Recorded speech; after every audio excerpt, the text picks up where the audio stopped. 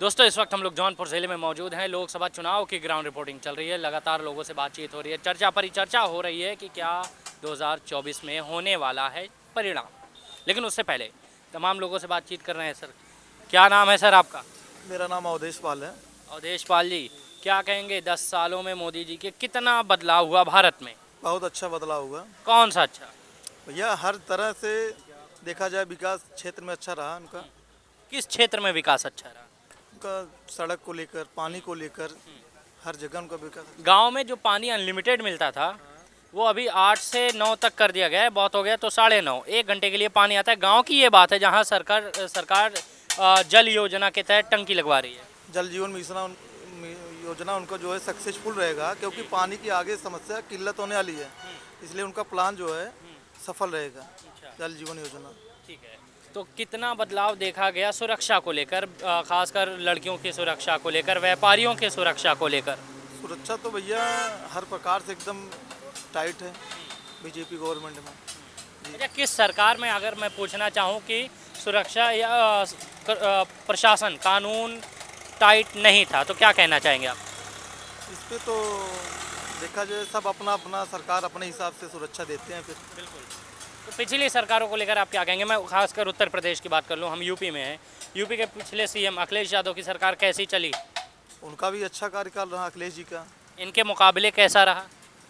देखिए, उनके सरकार में रोजगार युवाओं को ये विशेष तौर पे मिलता था, इसमें थोड़ा रोजगार का दिक्कत है। जनवरी में राम मंदिर का उद्घाटन है। क्या इस बार 2024 में राम मंदिर मुद्दा होने वाला है चुनाव पर?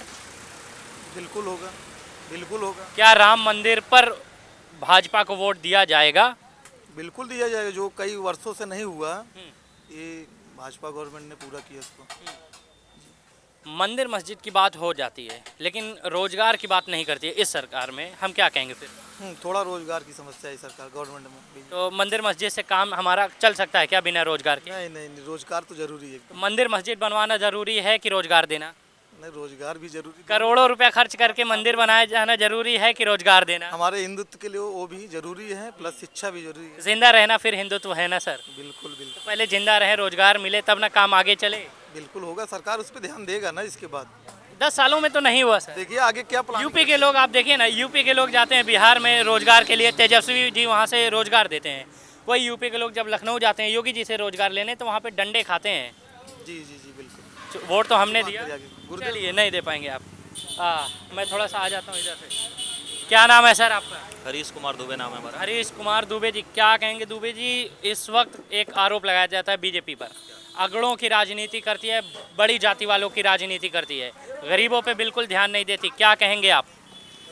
देखिए, राजनीति में जो भी व्यक्ति हैं, जिस पार्टी से हैं, उनका विरोध करना एक सूत्री कार्यक्रम है।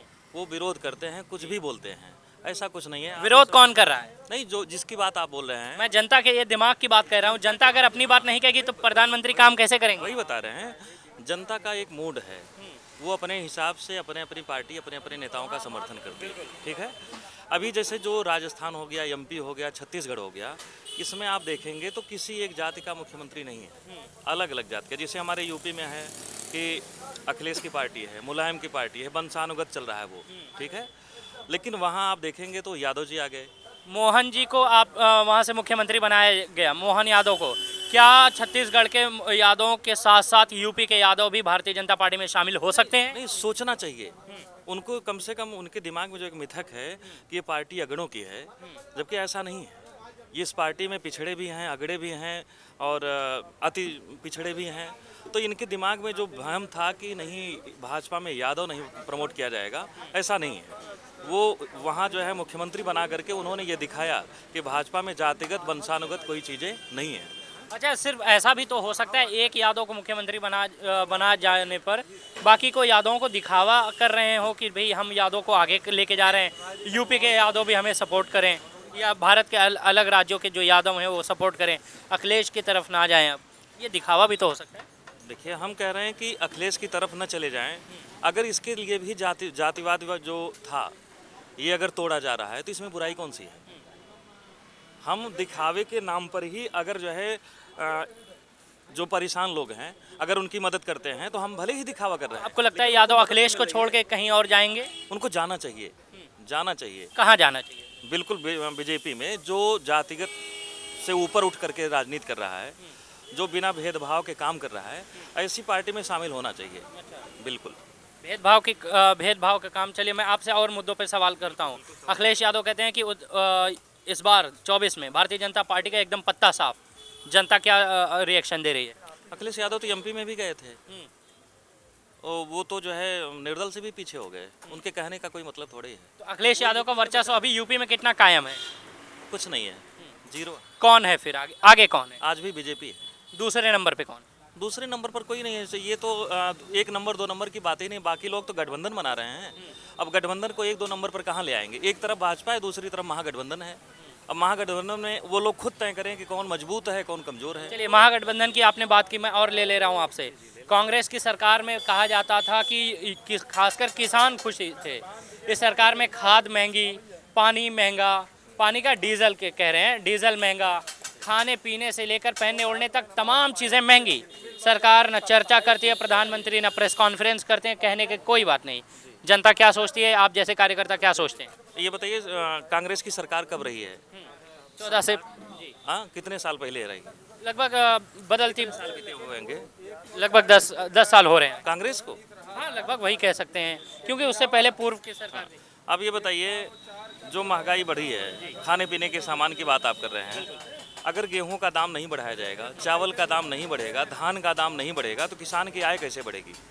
ये कहने की बात। जो जूता पहने हैं, इसका दाम तो आप तय करते हैं, कंपनी वाले जो निर्माण करते हैं, लेकिन किसान जो है जब गेहूं तैयार करता है, उसका निर्माण तो वो तय तो नहीं कर पाता उसका रेट। किसान का जो है ये काम, ये जिम्मेदारी बीजेपी ने लेकर के बार बार उसको जो है उसकी एमएसपी बढ़ाई, इससे किसानों की आय बढ़ी है। तो अगर आय बढ़ी है तो रेट बढ़ा है। अब ये विपक्ष चिल्लाए कि नहीं महंगाई बढ़ी है, तो किसान तो इसमें मर जाएगा अगर रेट नहीं बढ़ाया जाएगा। तो किसान का भी तो हित देखना है। लेकिन इसमें ये भी तो है कि जैसे रूरल एरिया में अगर डेवलपमेंट हो, इंडस्ट्री हो, फैक्ट्री हो, तो गरीब लोगों को तो रोजगार मिलने से फ़ायदा होगा। फिर महंगाई तो ऑटोमेटिक खात्मे की तरफ जाएगी। देखिए, बेरोजगारी जो है, बेरोजगार किसे कहते हैं? जो व्यक्ति कार्य करने का इच्छुक है, उसे कार्य नहीं मिल रहा है, वही बेरोजगार है। और हमको ऐसा नहीं लगता कि किसी को काम नहीं मिल रहा है। वही व्यक्ति बेरोजगार हैं जिनको काम नहीं करना है। कहा जा रहा है कि खासकर योगी आदित्यनाथ के राज में हमें नहीं मिल रही है जॉब, यूपी के लोग, और सेम यही अखिलेश यादव के सरकार में हमें भर भर के जॉब घर तक पहुंचाई जा रही थी। कैसे पहुंचाया जा लैपटॉप के समेत कैसे पहुंचाया जा रहा था? कैसे घर घर पहुंचाया जा रहा था? आप बताइए। तो आपसे मैं पूछना चाहूँगा। जी, ऐसा कुछ नहीं है। केवल सरकारी काम करना ही रोजगार नहीं है। सही। रोजगार मतलब आप कुछ भी कर रहे हैं, एक आय का स्रोत हो, आप कार्य कर रहे हैं। कृषि कार्य भी एक रोजगार ही है।